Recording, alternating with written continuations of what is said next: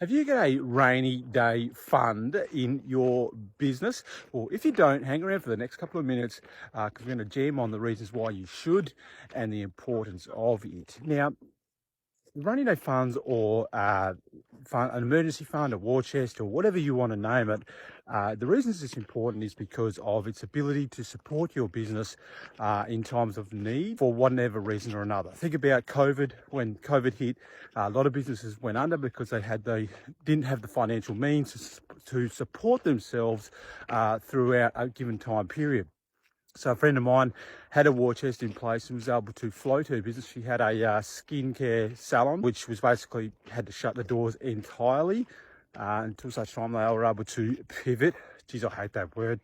To be able to, work out ways to be able to better serve their clients.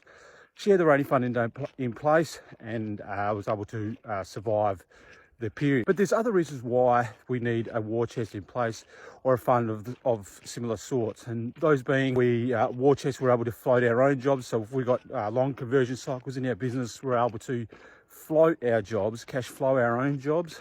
We can draw on to act like our own bank, so to speak, is one reason. Another reason is obviously our current liabilities and us being able to remain at a healthy liquidity level in our business.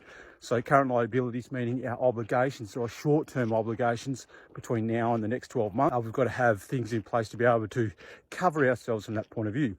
So the maths behind that is so whatever your cash at bank is at the moment, less your current liabilities, is a good level of what you need to be stashing away in a fund to be able to support that period if anything comes up. Other reasons why is employee entitlements as well.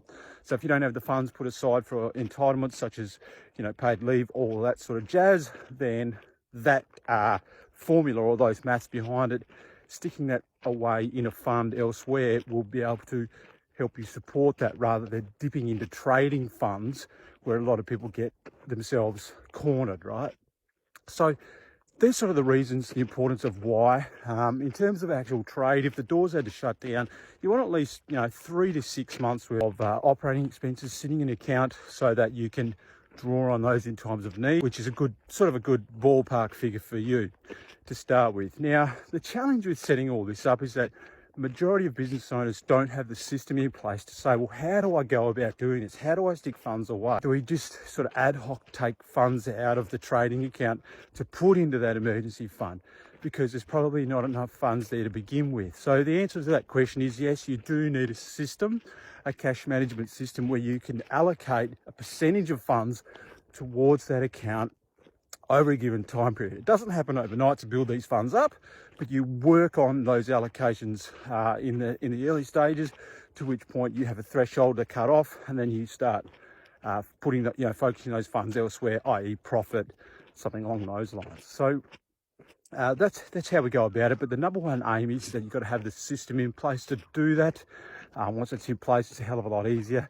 And then obviously, if things ever come about where you've got to draw funds, you have the peace of mind of knowing that that fund is sitting there ready to go. Now, I would treat that fund as its own separate fund. I wouldn't accumulate those funds with for any other purpose.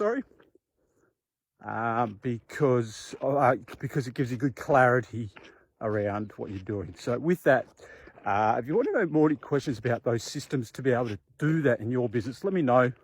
Happy to help, and we can jam on that another day. Talk to you soon.